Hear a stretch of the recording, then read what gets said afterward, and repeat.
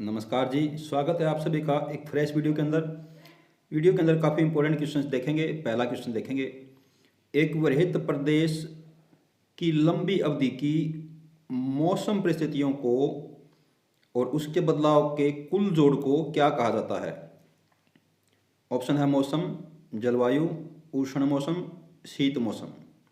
क्या पूछा है? लंबी अवधि की मौसम परिस्थितियां। क्या पूछा है? लंबी अवधि की मौसम परिस्थितियां और उनका बदलाव।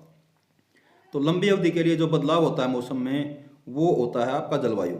और अगर छोटी की बात करें, वो लंबी की बजाय अगर छोटी अवधि की बात करें तो उसको क्या बोलेंगे? उसको बोलेंगे मौसम। इस क्वेश्चन के राइट आंसर क्या होगा? बी इस क्वेश्चन के लिए हमारा राइट आंसर होगा। नेक्स्ट क्वेश्चन है आपका, मैट्रिक के उपविकर्ण घटक क्या हैं? क्या पूछा है? मैट्रिक के, ये आपको मैट्रिक दिखाई गई है, इस मैट्रिक के उपविकर्ण घटक आपको बताने हैं। तो देखो, इसमें दो क्वेश्चन बनते हैं। एक क्वेश्चन आपसे पूछा जाया करता है विकर्ण बताइए, इसके विकर्ण घटक बताइए, और एक क्वेश्चन होता है आपका उपविकर्ण घटक बताइए। यहाँ पर क्या पूछा है? उपविकर्ण घटक। तो ये इंपॉर्टेंट क्वेश्चन है, एचएससी ने बार बार क्वेश्चन पूछा है। तो आप ये समझ लो कि ये जब आप ये ऐसे इसको मार्क करोगे तो ये इसके उपविकर्ण घटक होते हैं। क्या होते हैं? उपविकर्ण घटक होते हैं, यानी कि 7, 5, 3, ये क्या हो गए? इसके उपविकर्ण घटक हो गए। आंसर क्या होगा? ए। लेकिन अगर ये इसी क्वेश्चन में ये पूछता कि इसके विकर्ण घटक बताओ, ध्यान से समझो, इसके क्या बताओ? विकर्ण घटक बताओ। क्या बताओ? विकर्ण घटक बताओ। तो फिर हम क्या करते? फिर हम ये इस तरीके से मार्क करते इसको। तो फिर क्या बनता? 1, 5, 9, और ये आपको ऑप्शन में भी मिलेगा। देखो बी नंबर पे क्या लिखा हुआ है? 1, 5, 9। ये क्या है? ये है विकर्ण घटक। पूछा क्या है? उपविकर्ण घटक। तो क्या होगा आंसर? 7, 5, 3। नेक्स्ट क्वेश्चन है आपका, दो वृत्तों के घनफलों का अनुपात 27:8 है, उनके सतह के अक्षतल के बीच का अनुपात बताइए। तो सिंपली देखिए यहाँ पे क्या दिया है? घनफलों, किसका? घनफलों यानी कि क्यूब्स, आपको क्यूब दिया हुआ है। घनफलों का अनुपात दिया है 27:8, यानी कि इसकी जब हम निकालेंगे भुजा, या इसकी जो आप बोलोगे कि ये क्या है, जो वृत्त है, तो इसकी त्रिज्या जब हम निकालेंगे, तो अगर ये घन वगैरह होगा तो इसकी भुजा आएगी, और ये वृत्त वगैरह होगा तो इसकी त्रिज्या निकल के आएगी। तो इसका क्यूब करेंगे, 3 3 9 27, और 2 दूनी 4 दूनी 8। ये इनकी त्रिज्याओं का अनुपात हमारे सामने है। अब पूछा क्या है? उनके सतह के बीच अक्षेत्रफल का अनुपात। तो अक्षेत्रफल बताना है, यानी कि स्क्वायर में होगा। तो इसका स्क्वायर करेंगे क्या होगा? 9। इसका स्क्वायर करेंगे क्या होगा? 4। आंसर क्या बन जाएगा? 9:4। क्वेश्चन के लिए राइट आंसर हो जाएगा। नेक्स्ट क्वेश्चन है, गुणोत्तर माध्य बताना है। सारे क्वेश्चन आपके बोर्ड में पहले पूछे जा चुके हैं, और प्रीवियस क्वेश्चन को पढ़ना बेहद इंपॉर्टेंट है। अगर आपके पास प्रीवियस क्वेश्चन पेपर नहीं है तो वीडियो के डिस्क्रिप्शन में लिंक दिया गया है, आप वहां से अभी डाउनलोड करें। कोई दिक्कत आती है मुझसे कंसल्ट कर सकते हैं क्वेश्चन पेपर के रिगार्डिंग। यानी कि कोई भी क्वेश्चन पर अगर आपको डाउट आता है तो आप मेरे ग्रुप में जुड़ जाइए, और वहाँ पर आप क्वेश्चन को पोस्ट कर दीजिए। आपको हम पूरा उसमें सॉल्यूशन में जो भी हमारे से सहायता है वो हमको करने की पूरी कोशिश करेंगे। गुणोत्तर माध्य पूछा है। गुणोत्तर माध्य क्या होता है? जो भी आपको दिए हैं नंबर, उनको आप क्या करो? मल्टीप्लाई कर दो, और जस्ट उसका क्या कर दो? वर्गमूल कर दो। 20 7 140, और 8 7 56, 196 का वर्गमूल क्या होता है? 14। 28 7 कितना हो गया? 196, और 196 का वर्गमूल करेंगे कितना हो जाएगा? 14 हो जाएगा। कितना हो जाएगा? 14 हो जाएगा। यदि पहले n सम संख्याओं का योग 496 है तो n क्या है? n की वैल्यू बतानी है, और बताना क्या आपको? देखो, n सम संख्याओं का योग दिया हुआ है। क्या दिया हुआ है? n सम संख्याओं का योग दिया है। सबसे पहले क्या करो? इसको 2 से गुणा कर लो। क्या कर लो? इसको 2 से गुणा कर लो। 400 दूनी 800, 400 दूनी 800, 900 दूनी 180, कितना हो गया? 980, और 6 दूनी 12, कितना हो गया? 992। कितना हो गया? 992 हो गया। कितना हो गया? 992। ये हो गया 992। इसका मैंने क्या करा? इसका मैंने 2 गुना कर दिया। क्या कर दिया मैंने? इसका 2 गुना। 400 दूनी 800, 900 दूनी 180, और 6 दूनी 12, 992। अब ऑप्शन पे आ जाओ, ये जो ऑप्शन आपको दिए हैं अब ऑप्शन पे आ जाओ। अब इसके हमको दो टुकड़े करने हैं जिनकी अगर हम गुना करेंगे तो 992 आना चाहिए। अब देखो जीरो को अगर हम किसी से भी मल्टीप्लाई करेंगे तो लास्ट में जीरो आएगा, जीरो हमको चाहिए नहीं तो ऑप्शन अपने आप कट गया। अब देखो अगर मैं 3 को 2 से करूँगा तो 6 आएगा, यानी कि ये ऑप्शन भी नहीं है क्योंकि ये इसके साथ एडजस्ट नहीं हो रहा और ये इसके साथ भी एडजस्ट नहीं हो रहा, क्योंकि मैं 3 को जब 1 से करूँगा तो 3 आएगा और 3 को 2 से करूँगा तो 6 आएगा ना। मेरे को क्या चाहिए, मेरे को 2 चाहिए। इसलिए क्या है, अगर मैं 31 को 32 से गुना करूँगा, ध्यान से देखो, अगर मैं 31 को 32 से गुना करूँगा तो 2 एकम 2, मुझे कितना चाहिए, मुझे चाहिए 992। कितना चाहिए, 992, यानी कि लास्ट में 2 चाहिए। तो आप ऑप्शन को जस्ट आई के द्वारा यानी कि आँख के द्वारा दूर से देख सकते हो कि हमको 2 चाहिए लास्ट में। तो किस किस के गुना से ये बन सकता है, जो छोटा नंबर होगा वही आंसर हमारा हो जाएगा, जो छोटा नंबर होगा वही हमारा क्या हो जाएगा, आंसर हो जाएगा।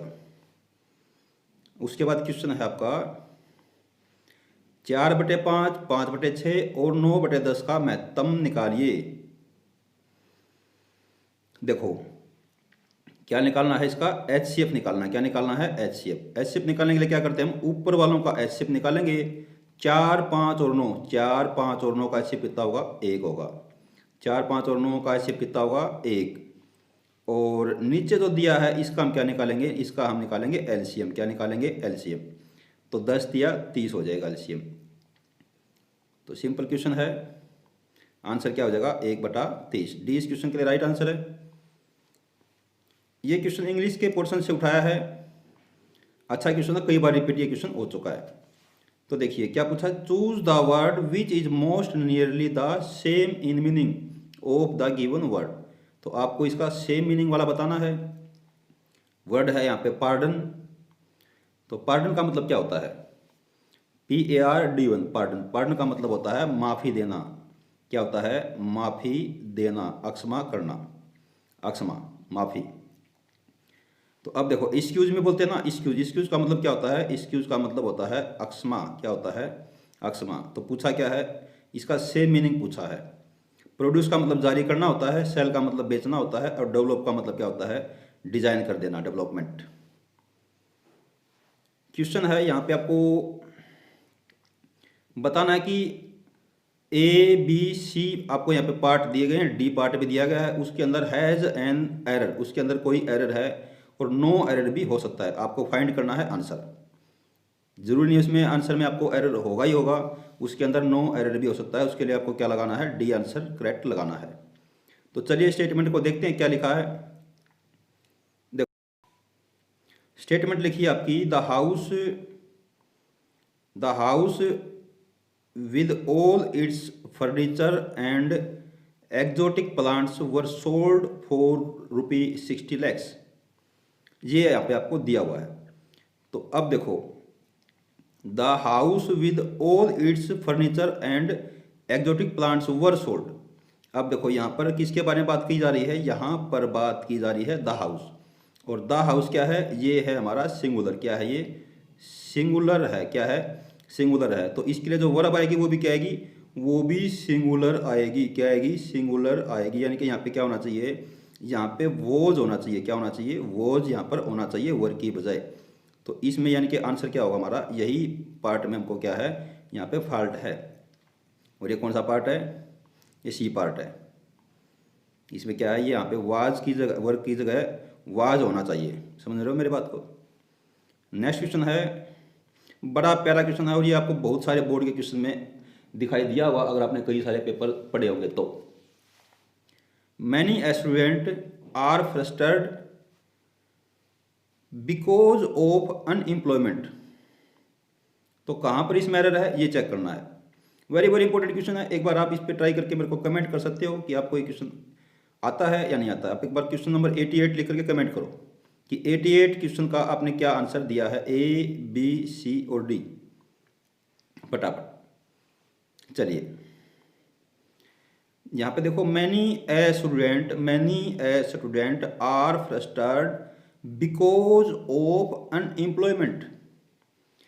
तो मैनी ए, यहाँ पे ध्यान से देखो, ये आपको बहुत बार एग्जाम में मिलता है। मैनी ए का मतलब क्या होता है, इसका मतलब होता है कि ये सिंगुलर की बात कर रहा है। किसकी, ये आप मैनी पे मत जाओ, मैनी ए यहाँ पे दिखा रहे हैं मैनी ए। तो ये सिंगुलर की बात करता है, किसकी? सिंगुलर की बात करता है। तो यानी कि वर्ब भी क्या होनी चाहिए? वर्ब भी सिंगुलर होनी चाहिए। वर्ब भी क्या होनी चाहिए? वर्ब भी सिंगुलर होनी चाहिए।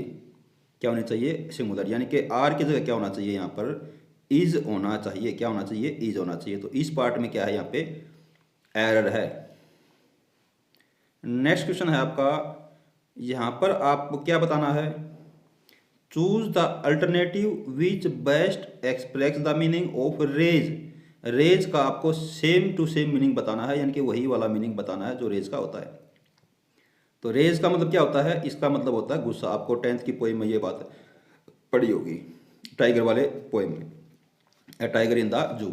ए टाइगर इन द जू, ये पोएम आती है 10th में, उसमें ये पोएम है और उसमें ये आया हुआ वर्ड है। तो इसका मतलब क्या होता है? इसका मतलब होता है गुस्सा। और एंगर का मतलब क्या होता है? एंगर का मतलब भी गुस्सा होता है। रैंक का मतलब रैंक होता है, ठीक है। और केयर का मतलब आपको पता ही है, केयर होता है, देखभाल करना। और रूल का मतलब शासन होता है। तो इसमें आंसर क्या होगा हमारा? एंगर। डी इस क्वेश्चन के लिए राइट आंसर हो जाएगा। उसके बाद क्वेश्चन ये आपको रीजनिंग का क्वेश्चन है, वर्ड रिलेशन का क्वेश्चन है। तो ये आपको मैं होमवर्क का क्वेश्चन देता हूँ, इसका आपको क्वेश्चन का मेरे को वीडियो के डिस्क्रिप्शन में सॉल्यूशन करके देना है। ओके, ये क्वेश्चन आपका रीजनिंग का ही है, डायरेक्शन के चैप्टर से। तो इसमें क्या बोला है कि एक आदमी दक्षिण की ओर अभिमुख है। एक आदमी कहाँ पर अभिमुख है? दक्षिण की ओर अभिमुख है। वह वामावर्त दिशा में 135 डिग्री घूमता है। वामावर्त दिशा में क्या करता है? 135 डिग्री घूमता है। कितना घूमता है? 135 डिग्री घूमता है। और फिर 180 डिग्री दक्षिणावर्त दिशा में घूमता है। कहाँ घूमता है? दक्षिणावर्त दिशा में घूमता है। कितना? 180 डिग्री। अब वह किस दिशा में अभिमुख है? यानी कि अब वह किस दिशा में अभिमुख है? तो पहले क्या गया वो? पहले 135 डिग्री एंटी क्लॉकवाइज गया। क्या गया? 135 डिग्री एंटी क्लॉकवाइज गया। और फिर क्या करा? टर्न लिया 180 डिग्री क्लॉकवाइज। 180 डिग्री क्लॉकवाइज क्या करा उसने?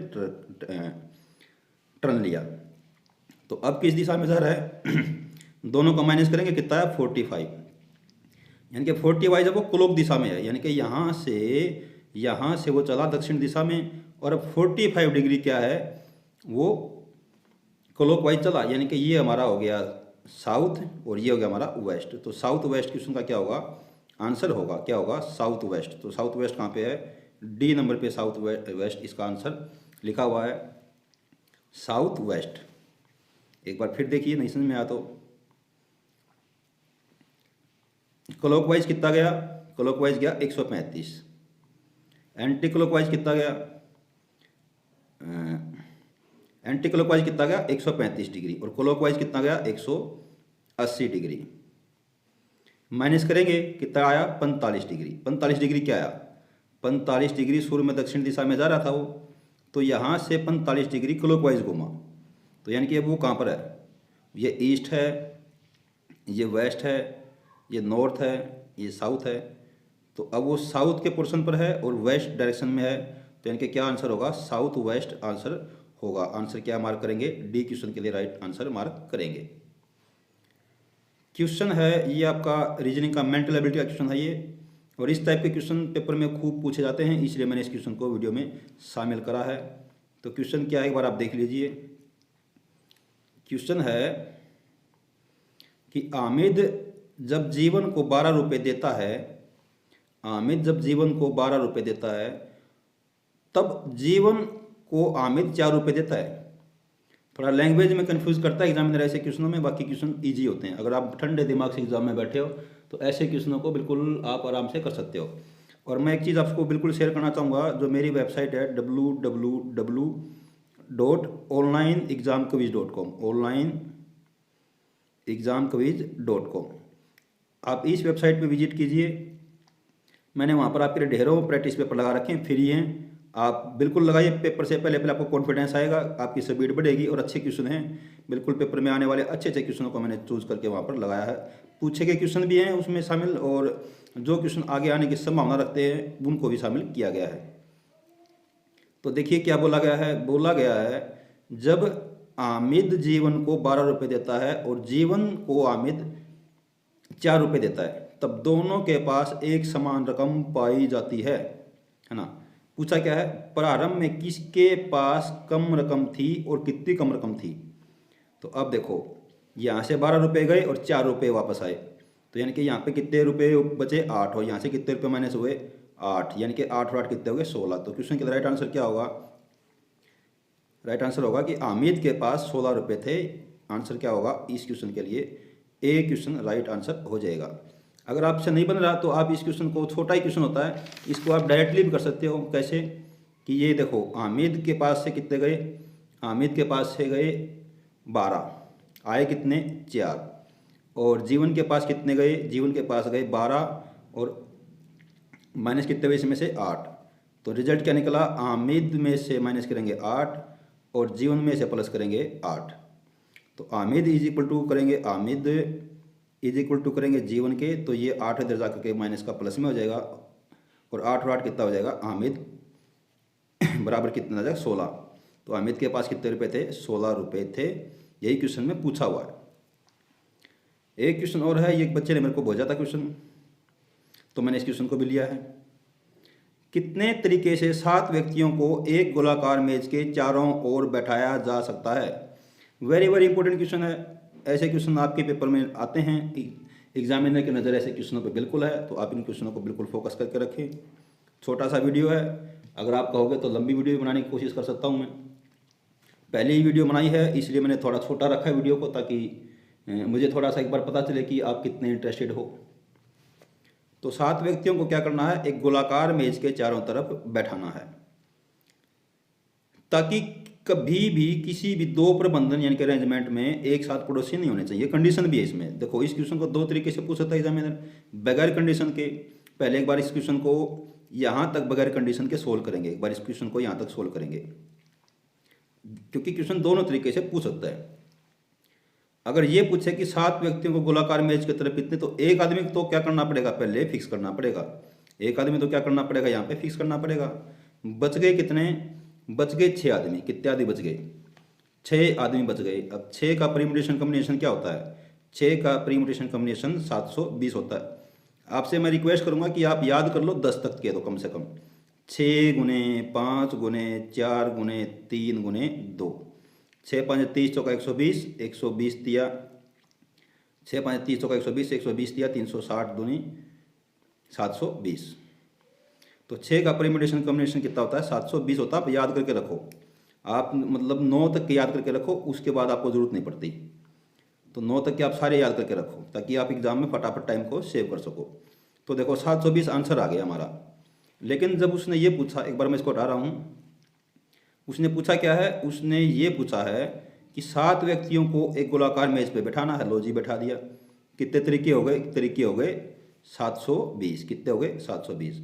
अब कंडीशन क्या है, अगर कंडीशन हो तो ध्यान रखो, अगर कंडीशन भी 7 हो तो, ताकि कभी भी किसी भी 2 प्रबंधन अरेंजमेंट में एक ही पड़ोसी नहीं रखा जा सकता। तो जब एक ही पड़ोसी को जब साथ नहीं रखना हो तो क्या कर देते हैं, उसको ब्रेक कर देते हैं 2 से। क्या कर देते हैं, 2 से ब्रेक कर देते हैं, और उस तरीके से आंसर क्या हो जाएगा फिर 360 इस क्वेश्चन के लिए राइट आंसर हो जाएगा। और ऐसे क्वेश्चन मैं आपको टेलीग्राम चैनल पे भी पोस्ट करूंगा, तो आप अभी अगर टेलीग्राम चैनल पर नहीं हो तो अभी आप टेलीग्राम चैनल पर जुड़ जाइए, वहाँ पर भी मैं आपको डेली क्विज कराऊंगा। आप क्विज में ज़रूर पार्टिसिपेट करा कीजिए, क्योंकि उससे आपका हौसला बनता है। और क्विज में जो बच्चा 80% मार्क्स कर रहा है, समझो उसका तो कन्फर्म सिलेक्शन है। 70 और 65 वाले बच्चे भी फाइट में आ सकते हैं। अगर आप रूटीन में प्रैक्टिस करोगे, 45 दिन का कोर्स कराऊंगा, तो आपको ईजिली सारा सिलेबस कवर हो जाएगा। मोटे मोटे मेन क्वेश्चन कराऊंगा आपको, जो टॉपिक से रिलेटेड हैं। और अगर आपने चैनल को सब्सक्राइब करके रखा तो सब्सक्राइब कर लो। वीडियो को यहीं पे अभी ख़त्म करेंगे, मिलेंगे अगली वीडियो में। तब तक के लिए गुड बाय, जय हिंद, जय भारत।